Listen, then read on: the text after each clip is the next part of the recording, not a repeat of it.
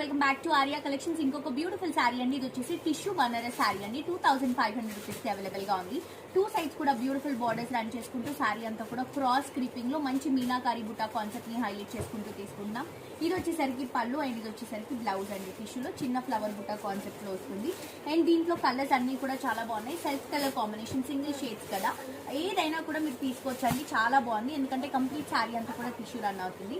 And ఈ colour ఇంకా beautiful గా ఉందండి. అనియన్ పింక్ కలర్ కాంబినేషన్ చాలా రేర్ గా వస్తుంది. అండ్ దానిపైన టిష్యూ రావడం వల్ల కూడా చీర ఇంకా హైలైట్ అవుతుందండి.